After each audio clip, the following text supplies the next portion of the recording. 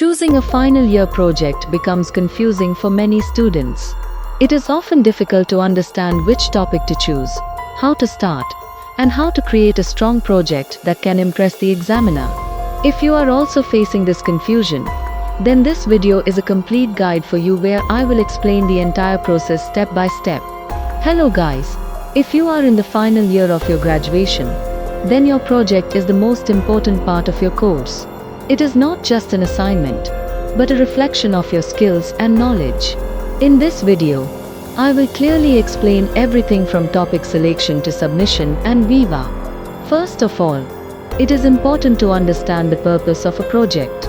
It is not only for marks, but it helps in developing your analytical thinking, problem-solving ability, and communication skills.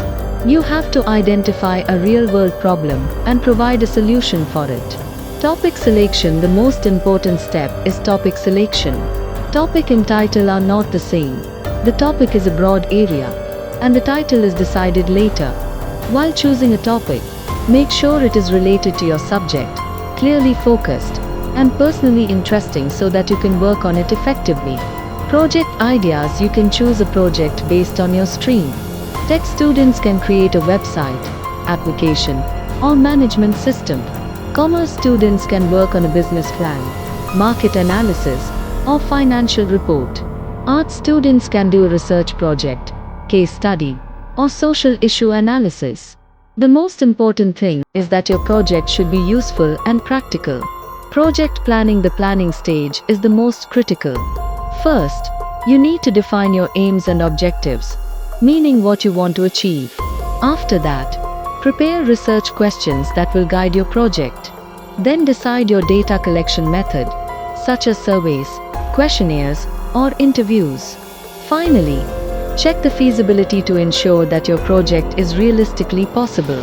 Project structure. A proper structure is very important for a strong project.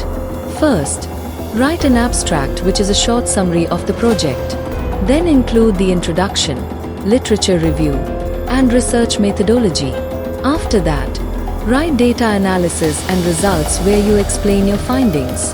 At the end, include recommendations and conclusion.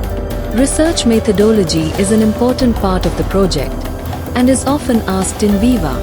It includes defining the research design, choosing the sampling technique, and using tools like surveys or questionnaires for data collection. After that, the data is analyzed and the results are interpreted. Submission rules. While submitting the project, it is important to follow certain rules. The project title should be short and clear.